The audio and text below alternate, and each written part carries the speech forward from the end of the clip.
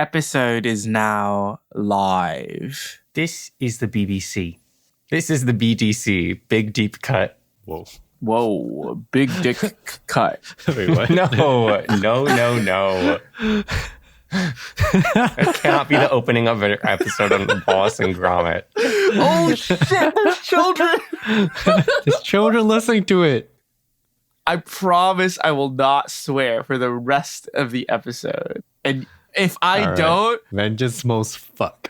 What do you what will you make me do if I swear? Steal the blue diamond, of course. Oh. Impossible. I'm not a criminal, master chicken, penguin. None. You are, however. Teeing you up. Oh, fuck. Ah! I Wilson lie. He swore again. I'm Benjamin Yap. Look, it's like he's stealing that blue diamond. I'm Eli Sands. You're listening to Deep Cut.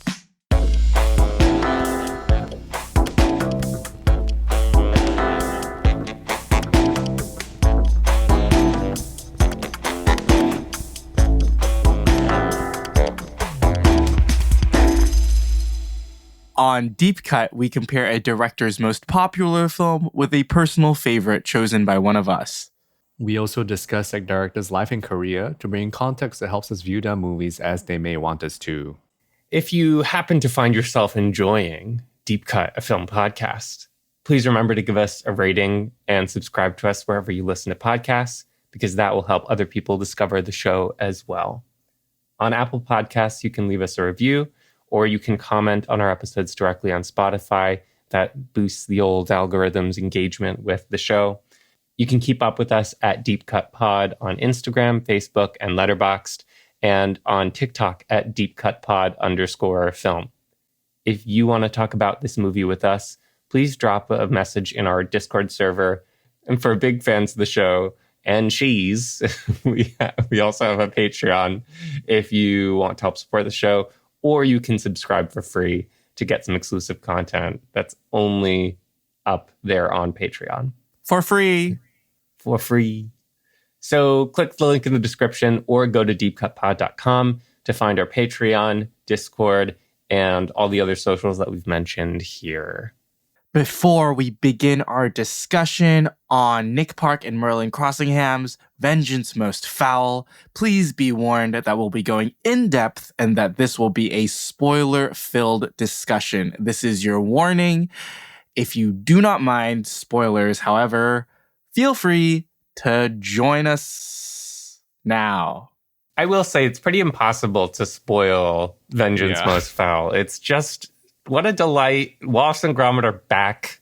They're so back. We're so back after covering the Wallace and Gromit original shorts on episode 89 and The Curse of the Were-Rabbit on episode 90. That was such a smooth segue, not to pat myself on the back too hard, but like, golly. I ruined it a little bit by saying that, but yeah. Debatable. Subjective. Yeah, I mean, look, you know from those episodes that Wallace and Gromit is an integral part of my childhood. And I went to go see the new one in theaters with my whole family. Aww. Totally lovely experience. There were points when I was doubled over laughing. I'm so pleased that this exists. I'm so happy for you, Eli. And I'm also personally very happy that this exists as well. And that Nick Park is still making Wallace and Gromit movies in the year 2024. If you've read my Letterboxd review, I go out of the gate and I claim it. I claim that this is my favorite Wallace and Gromit entity that I have seen. And if you've heard our previous episodes, very much unlike Eli, I was discovering these movies for the first time. So... although enjoying it and enjoying watching the craft, I was very vocal about my issues with Wallace treating Gromit like a slave. Okay, not really. But I was like frustrated at there was like a disparity in how these characters are placed in this universe. And it bugged me. And I was so happy to see many people online on the week of the release of Vengeance Most Fowl in my camp saying that Gromit deserves better. Gromit writes forever. And I felt very supported, and now am very also supported by this movie, which I feel addresses my issue with this relationship disparity head on and makes it the core of this film. And the way that it is resolved at the end made me cry. I was crying at the end. Okay, we are literally going into spoiler territory, but this pat that this dog received brought tears to my eyes. I was crying because all Gromit wants is this affection, physical affection from his partner, Wallace. And I'm so glad that we, like, my issue for so long was Gromit was not getting his needs met. All throughout these films, even in these resolutions, there was always something missing. Wallace doesn't seem to understand what his dog wants, but now they are fully aligned, and makes me so happy. Like, if this is the final Wallace and Gromit film, I think this is like the perfect trajectory to end on, especially bringing back Feathers McGraw and making this a direct sequel to A Close Shave. To The Wrong Trousers.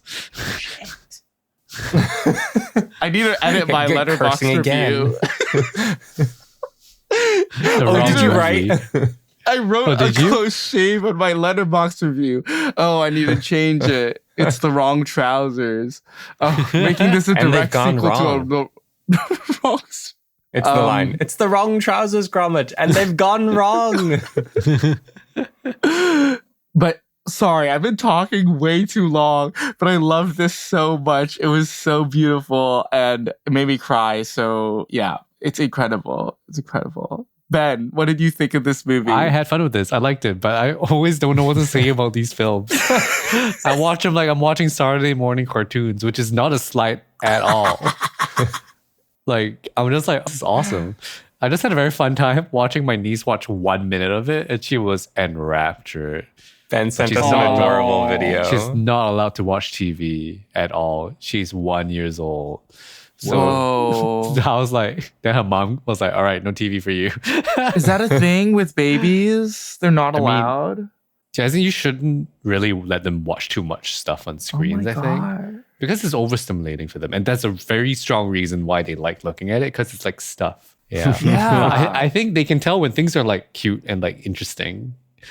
They're like, whoa, these weird looking Muppets are talking. And they're like, whoa, you know? Like, I think that's what going through her head. She's like, they don't look human, but they're talking. So she was just like staring for like a full like 2 minutes. I was just letting her like watch. It was fascinating to watch her watch it. But also I think watching her watch it like I'm watching it, because I'm just like, whoa. What I like about all of them is that they kind of always treat it like you're watching Wallace and Gromit for the first time. You know, they're always leaving room for someone new to discover Wallace and Gromit from any angle. Like, you don't have to follow shit. You just like watch anything. You know, they'll always do the setup. Right. Wallace always gets shoved out his bed into his pants every single time. Every single time. This time you get to see a little ass, but sure.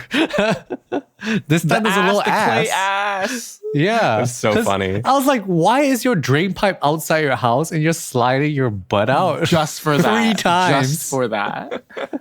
Exhibitionist Wallace. Yeah. He invented exhibitionism. Jeez. Anyway. Cheeks! I was going to say other cheese things, but I just decided to not say them. Yes. Good. This is my goal, to make Eli cry laughter. My God. You know, Wilson, you're talking about this as a super cathartic payoff for the Wallace and Gromit relationship. And I doubt this is going to be the end of it, especially now that they've recast the late Peter Sallis, who performed Wallace through the entirety of the character up to this point, with Ben Whitehead. Hey, that's me in 50 years. No, what? Don't. Because my hair would be white. Oh, I thought you were talking about us replacing you when you kicked the bucket. When you It was die. a much stupider joke. I'm okay with that one. In an interview with animationscoop.com, and I semi-reluctantly say that this is an interview conducted by Lights Camera Jackson. You know what? I love Lights Camera Jackson. Do you really? I think he provides a different view on things that is very different from a lot of the critics that are working these days. And he put this film on his top 10 list, which is it's rare. Huh. I don't so know Nick this Park man. says... Okay, who do you want? David Ehrlich's son or Lights Camera Jackson daughter? Or you choose. Oh, man. Yeah, actually, probably Lights Camera Jackson in that case. We're making enemies on this episode. Nick Park talks about his awareness of that relationship dynamic, and it feels like that payoff here is very on purpose, even if this is not the end of the Wallace and Gromit series. Nick Park says that, quote, the human one became the less intelligent one, and the dog became the more sensitive, sentient one and much more intelligent one. In a way, we've always played with that dynamic throughout the whole thing. They're like an elderly couple. They know each other so well, and they kind of get annoyed with each other and put up with each other's foibles. How can you put up with the one closest to you, but always annoys the hell out of you? And they find an answer to that. They really got to listen to each other, or really Wallace has to listen to what Gromit wants. Yes. It's very sweet in the end. At the end of the day, you need them to hate each other a little bit for it to work. You know? Truthfully speaking, you'll always need Wallace to be a dick. Sorry, Wallace to be an idiot for this films to work. You know what I mean? Yes. You need Gromit to slap his forehead and be like, this dude, I gotta solve all his problems. Or there will be no mechanic to make this films work. Because you have to break the relationship to repair the relationship every single time. Depiction is not endorsement. Yeah. Yeah. It's like you need the conflict to be able to understand that they do need to learn to love each other, but they need to keep learning to love each other every single time. Mm-hmm. Yes. Right. I have a favorite joke in this one. What is it? It is a joke that has been 31 years in the making. No. So in The Wrong Trousers, of course, Feathers McGraw disguises himself as a chicken by putting a rubber glove on his head. Yeah. And the premise that anyone is fooled by that is hilarious. In Vengeance Most Fowl, when Wallace is finally face to face with Feathers McGraw, he's the one who steps out of the shadows as responsible for all the things that have been going wrong with Norbot, Wallace's invention. Wallace says, instead of saying like, Feathers McGraw, it's you, he says, a chicken? So funny. And I also love the other disguise that Feathers McGraw puts on in this. The nun. This one, the nun habit. And PC Macintosh. I guess not even PC anymore. What is he? Chief Inspector. Chief Inspector Macintosh. Oh, he got promoted. Doesn't recognize him. It's just a nun. This nun habit. My favorite joke is the password thing. Oh my God. So good. So funny. So good. When Feathers realizes it was in front of him this whole time, and you're rewarded with that animation of Wallace dancing and going, "Welcome to my secret files." As the Wallace and Gromit theme plays the little chiptune version. And there's the captcha where he has to click all the images of cheese. Like at that moment, because Feathers has the extendo arm. And it looks like he's going to grab the keys, but he doesn't. He doesn't grab the keys. He goes to the computer. They bait you, yeah. And then he breaks into Wallace's computer, and then he gets the Norbots to work for him, and then suddenly this film is anti-AI, which is really interesting. So good. I So was good. like, oh, wait, this is where we're at. Because previous episodes, we talked about how you have this idea that all the films are about different things. Yeah. Remind us again, Eli. Okay. Well, Grand Day Out, colonialism, Yes. wrong I agree with that. trousers, industry, and a little bit of colonialism because of the museum. Close shave is Thatcherism and tax policy. Oh, Where Rabbit is, I suppose, communal paranoia and suspicion of each other. oh, it's mob Competition. mentality. Yeah, mob mentality. Yep. Yeah. And this one's about AI. Yeah. So a little mob mentality here, but And like tech also- in general. Yeah, but Yeah, optimism. yeah. Dangers Which of is- tech. which is interesting because in a way, the Wallace and Gromit films have always been a little anti-robot. Yeah, true. Like even Yeah. that very first one was a little anti-robot. Yeah, Very the much robot dog. The robot dog you're Yeah. talking about? Yeah. The robot on the moon. Oh. Yeah, who's kind of the villain-ish. Not that I'm fighting for robot rights or anything, but it's like interesting because You're just getting on the right side of history. He's putting it here first.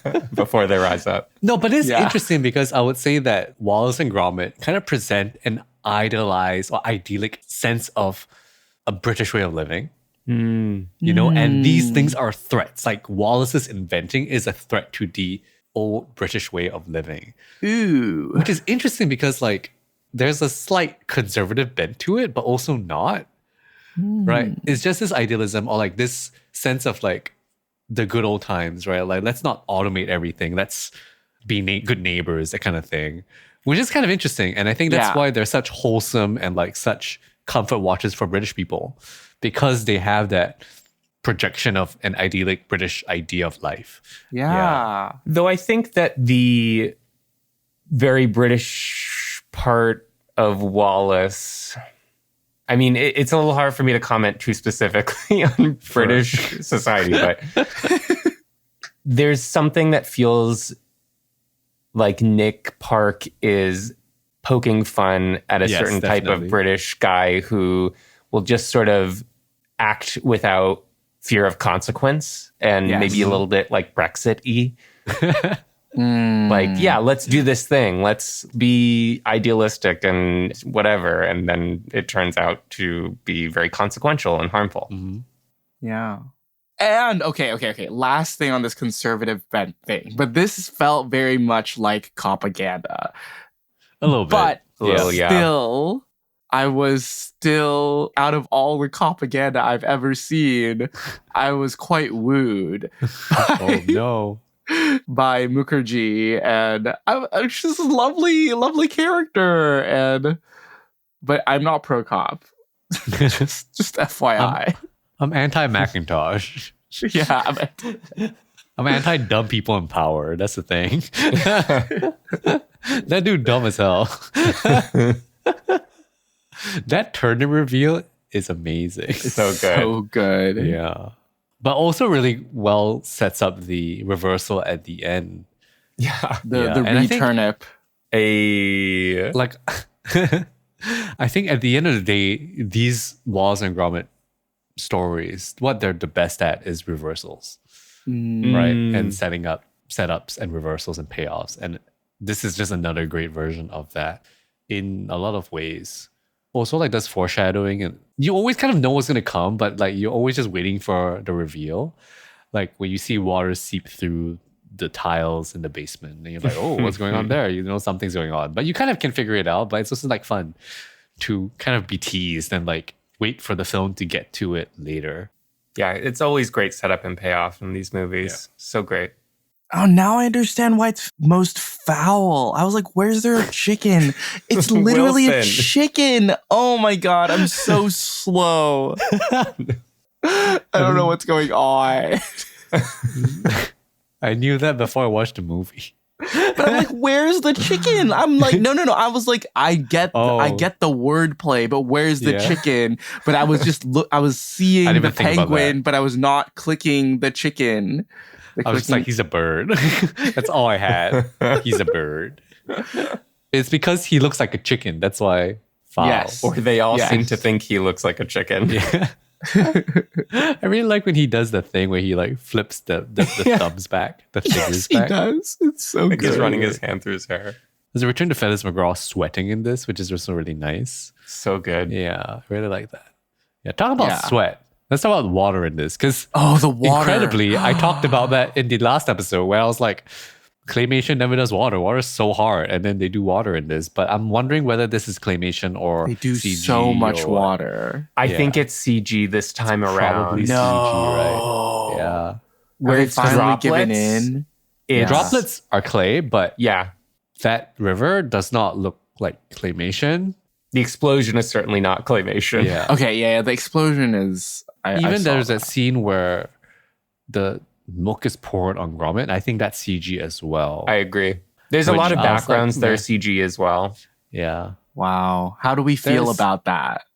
There's definitely a level of polish in this that's a bit, Too polished. but it looks like CG. Like, oh, when you can tell it's CG, that it's almost like maybe just don't do that gag if it's too difficult, right? I think for the river stuff, I can forgive because the water is just like there.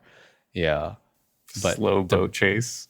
the milk gag, the milk gag, I don't really like because it's too obviously CG.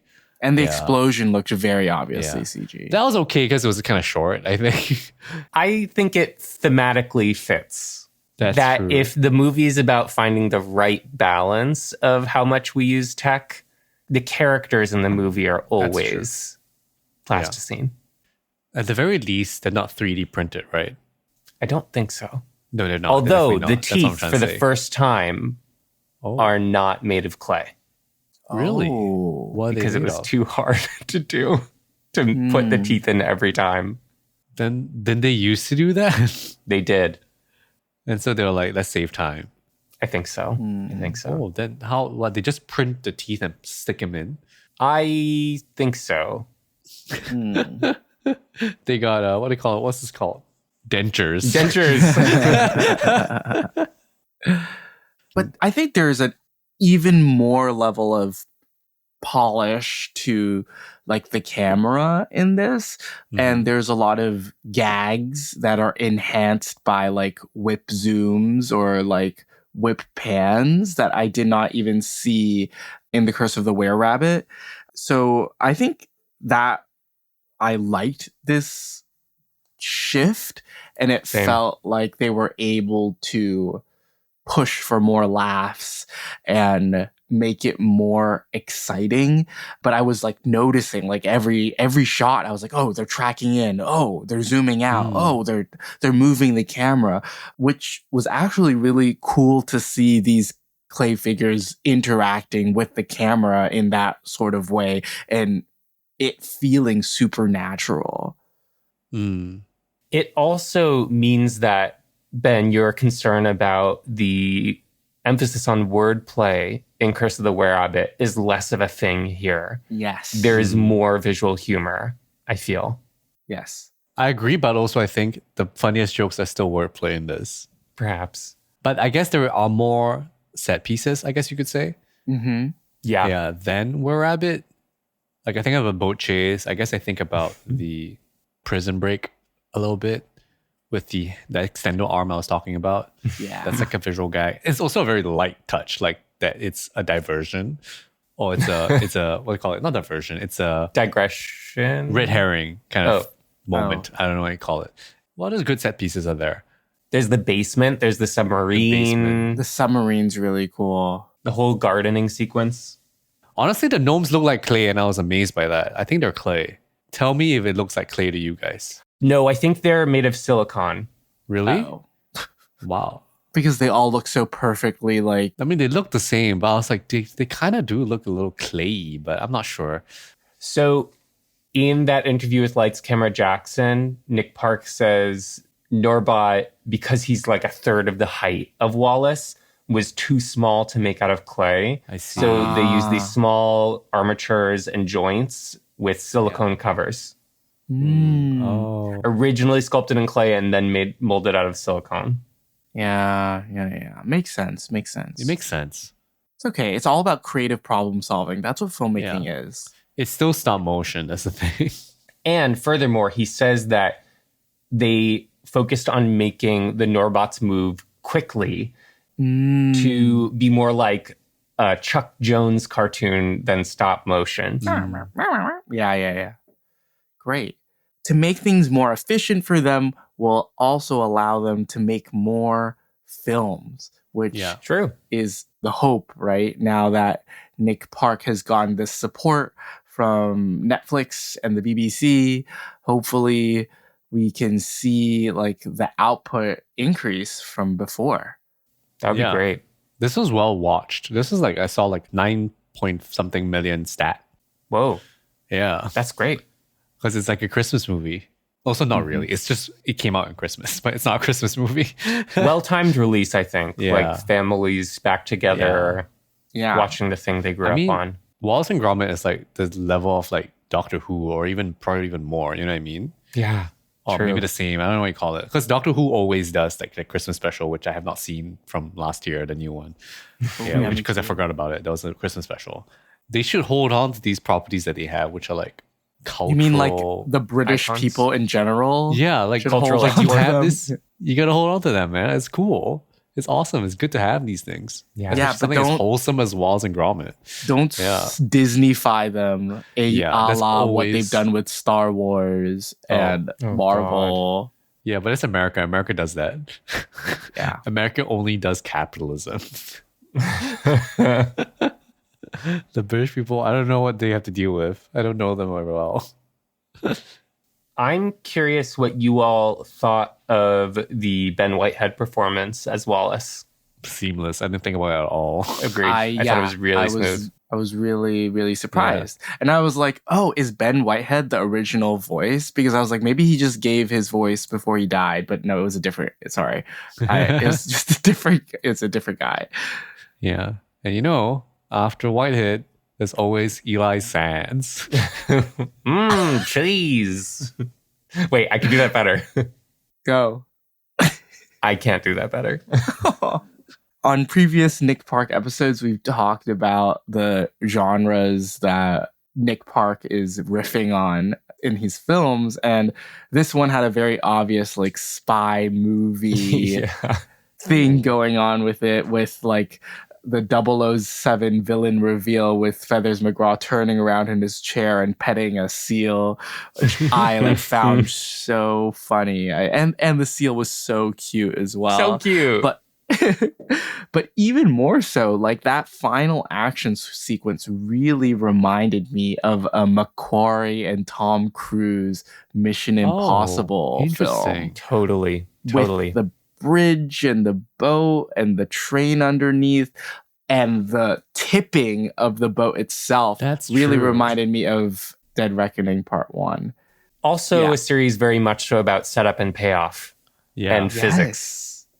I didn't even think about that at all for some reason, Ben. I think it's because this one, the genre spoofing was much... Yes, there's the homage, but I think it's like the kind of genre tropes that you use that just work, that you forget that it's genre. And I think this one is less about making fun of it and more just using it to tell an action movie story. Like previously, it was like a bit of like, I'm poking fun at the genre, but this one's more like, oh, I'm just doing the genre. Like I'm not doing a Western, but it's a toy train set. I'm doing straight up, this is an actual train falling off a bridge, right? Does that diminish things for you? I think I just didn't think about it or like notice it. And I think maybe not about diminishing at all, but I think the reason I kind of struggle to talk about this movie is that it kind of goes down very smooth. It's just like a movie. And then you just watch it and you don't have to think that much about it. You're just like, oh, that was a fun movie. I do want to watch it again, though. Yeah. Because it is so smooth that there's less friction thinking about it. So there's like, it kind of just feels like a good time. Yeah. It is a good time. Wallace and Gromit is always a good time. An agreeable good time. What are your favorite set pieces in this? Good question. I gotta say, it has to be that boat sequence, especially the ending when it ramps up. I thought it was really funny that they were going really slowly, but I think when it gets crazy with like the boot throwing to reset the Norbots, and oh my god, the gag where he was like, oh, we need to reboot them. And then a cabinet opens with Macintosh's entire boot collection collapses on Wallace. It's great. And then the whole boat turning on the bridge thing was really cool to see. I don't know. I think this one, like, I don't really think about the set pieces that much. I think about the gags. Yeah. There are a bunch of random gags in this, which I'm just like, oh, of course. Like the fact that his prison's a zoo. Yes. Was very funny to me. Yes. And him like cleaning up stuff in the zoo in his cell. Oh, yeah. Or I always love the book gags. Like the Virginia Woolf one in this, I'm dead. This is like the perfect one. Because it was when Gromit was like sad in his room alone. And it's like, oh, I'm going to read A Room of One's Own by Virginia Woolf. Like, damn, like I love it. So like I really love these like the dumbest, randomest gags. I love the newscaster name. On Your Doorstep. What is it? I didn't get it. On Your Doorstep. By the way, do you guys know Philomena Kunk? It's Kunk. Yeah. It's Kunk on Life. Kunk. Diane Morgan. Yep. Oh, wow. That's I'm great. On Your Doorstep. I can't really explain why, but I really like the sequence when the Norbots are just destroying everyone's homes.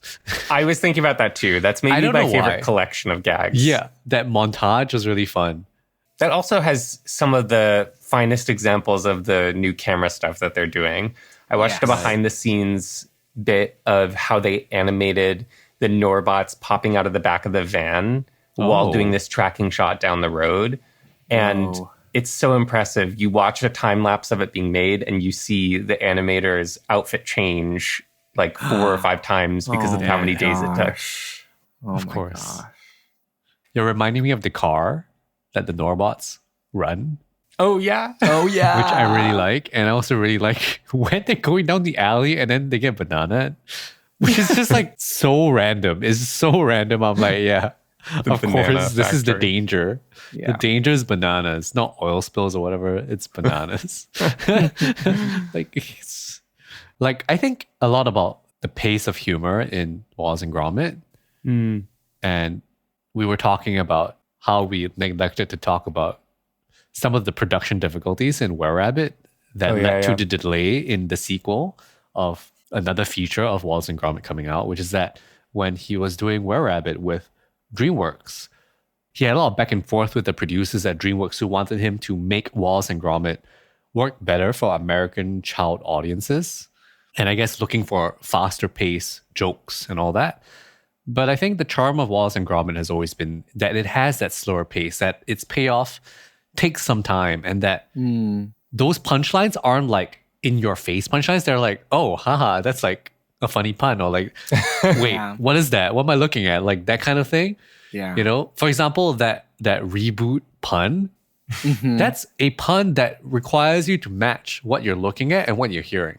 Yeah. It's not a pun of words. It's a pun of visual information and then dialogue information. That's different from how puns usually are used as humor. I also like how those jokes are not separate from the plot. Like that reboot joke becomes crucial to the wrapping up of the climax. Yeah, it's true. It gives you time to digest and appreciate not just it as a piece of humor, but it as a piece of plot and storytelling.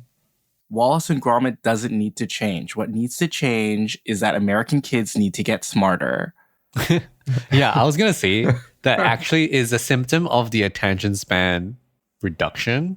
Yeah. That you need such constant stimulation to supposedly entertain kids. Yes. And in a way, I would say that maybe Wallace and Gromit's style of humor would be healthier for kids.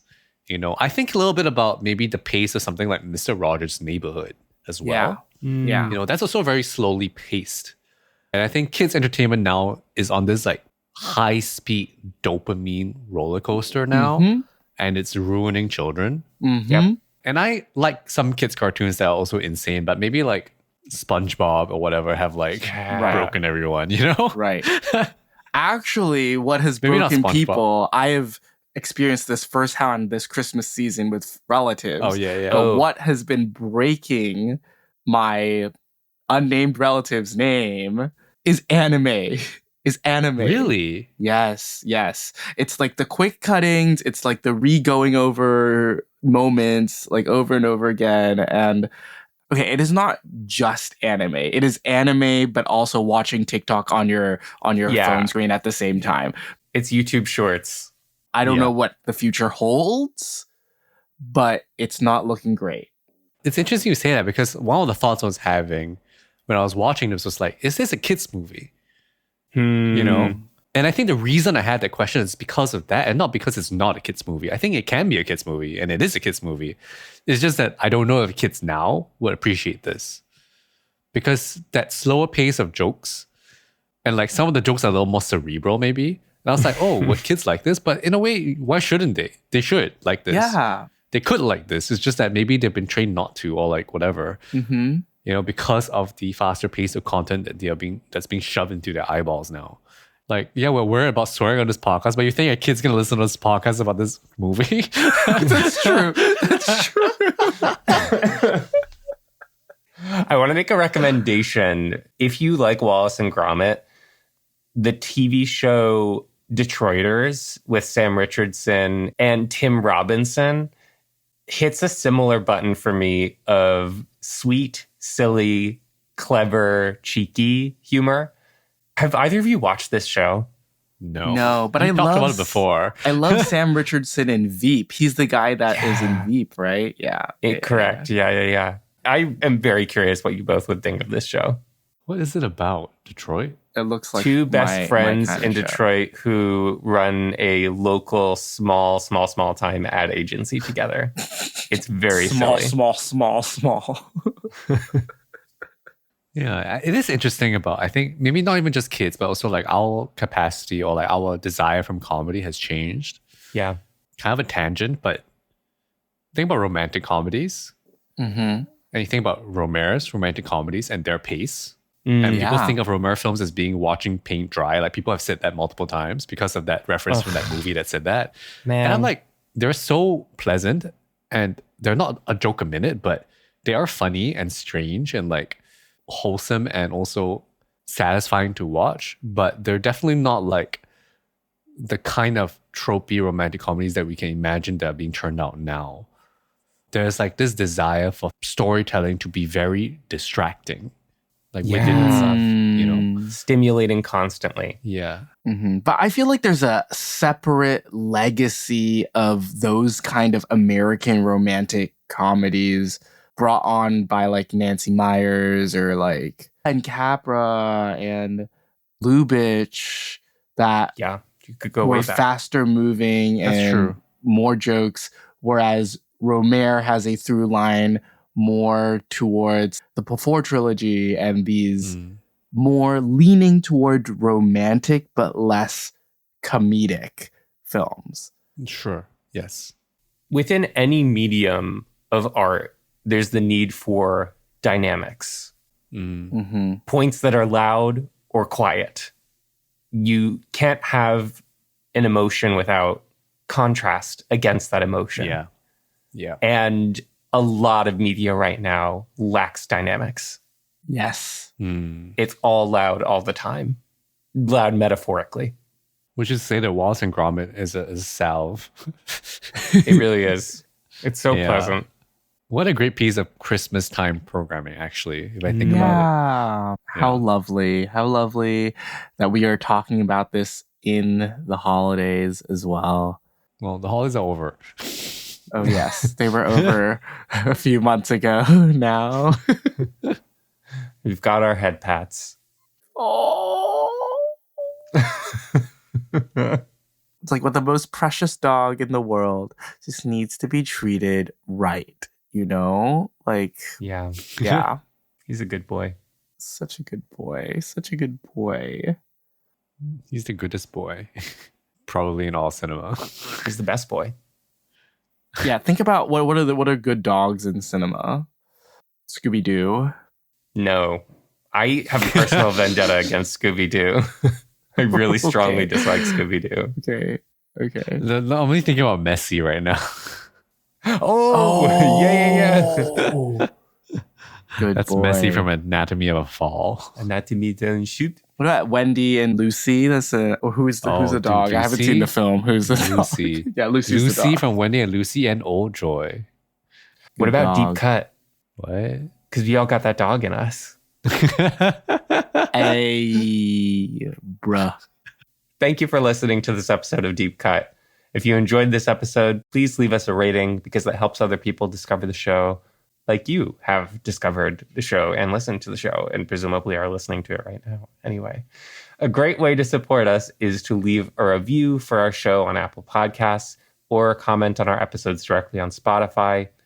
Be sure to subscribe to us wherever you listen to podcasts so you'll know when our next episode drops. You can keep up with Deep Cut on Instagram, Facebook, and Letterboxd at Deep Cut Pod, and on TikTok at deepcutpod_film. You can also join us to talk about movies on our Discord server. We also have a Patreon. If you want to support us or subscribe for free for exclusive content, we would deeply appreciate that. So click the link in the description or go to deepcutpod.com to find our Patreon, Discord, and all the other socials that we've mentioned here. Special thanks to our Patreon Deep Cut Pick level supporter, Leah Lai. Deep Cut is hosted and produced by us, Wilson Lai, Benjamin Yap, and Eli Sands. Our cover art is designed by Justina Yam, and our theme song is composed by me, Eli Sands. I'm Wilson. I'm Ben. I'm Eli. Take care, and we're looking forward to cracking more movies with you next time. Neat and tidy. I'm a happy Novat. I love to clean the Zoom.